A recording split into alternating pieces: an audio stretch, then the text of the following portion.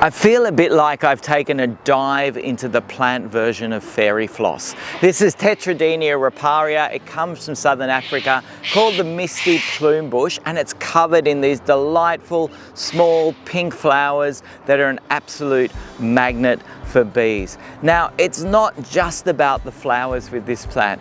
It also has very pungent smelling leaves. So it belongs to the mint family, Lamiaceae.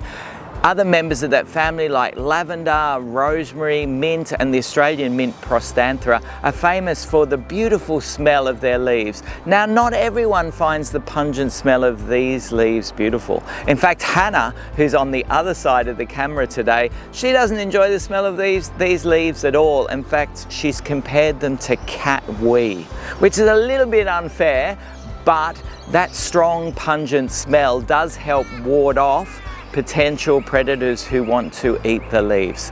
This is one of the plants available from our volunteer-led Growing Friends nursery. It's a semi-succulent shrub, so it's drought tolerant, and it's a great way to bring pollinators to the winter garden.